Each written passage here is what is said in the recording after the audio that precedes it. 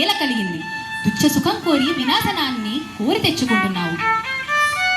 స్వార్థపరులు రాజులకట తమ కార్యసిద్ధికై ఇతరుల చెరచుచుంద్రు. అక్షపాదున కెట్టులైన కోపము తెప్పించి అతడు నరిహాంచు తపము పాడు సేయుటకిట్లు పన్నితివా. వట్టిరట్టు నాపై నికినుక బుట్టు గనక స్వయముగా ధర్మదేవతయ వచ్చి నన్నంటు వరకు పాషాణ రూపమున నుండు ననుచు తన సతీత్వమహిమమున హల్య రాయి ఔటకు మిగులన బ్రహ్మునంది. ఏకుచుండిన ఇంద్రునకు ఎదురు వచ్చి గౌతముండు పలికెనిట్టుల గతమెరింగి.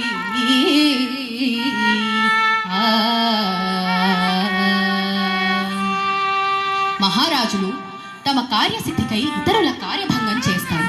అక్షపాదునకు గిట్టులైన కోపము తెప్పించి ఆయన తపోభంగము చేయుటకు ఈ మారువేషంలో వచ్చిదివా? దీని వలన నాపై నింద నిలచిపోవును కదా.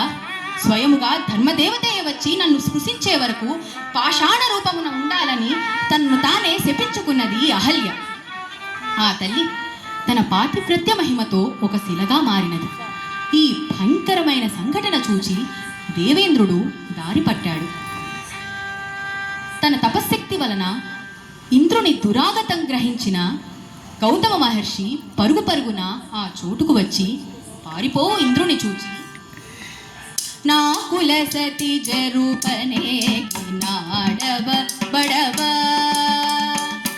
నా కుల సతి జరూపనే నాడవ బడవ,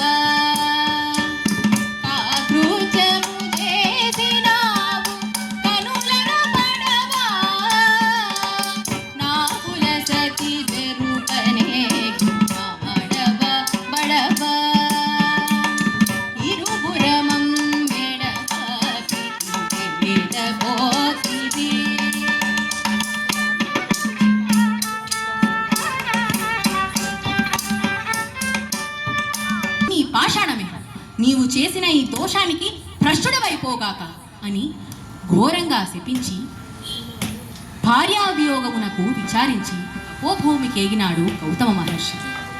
నాయన శ్రీరామచంద్ర, లోకంలోని వింతలన్నిటికీ కారణం తెలుపుటకు ఎవరితరమూ కాదు. కొన్ని వస్తువులకు కొన్ని గుణాలు సహజం. దేవునకు ధర్మగుణం సహజం. ధర్మమే జగత్తునకు ఆధారం. అట్టి ధర్మస్వరూపుడవైన నిన్ను పరంధామునిగా గుర్తించి స్తుతించారు ఆ దంపతులు.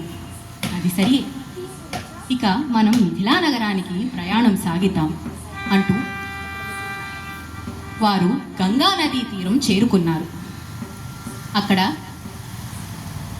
నదిని దాటేందుకు గాను వారు ఒక పడవలో కూర్చుండబోతూ ఉండగా ఆ పడవను నడిపే నావికుడు వారి వద్దకు విచ్చేసి శ్రీరామచంద్రుని పాద పద్మములను తన చేతులతో కడిగి వారిని పడవలో కూర్చుండబెట్టి ఆనందంగా ఈ విధంగా పాట పాడుతూ నావను నడుపుతూ ఉన్నాడు.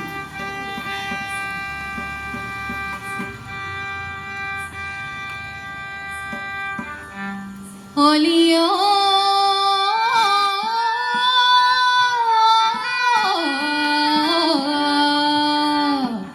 ఓలియా ఓలి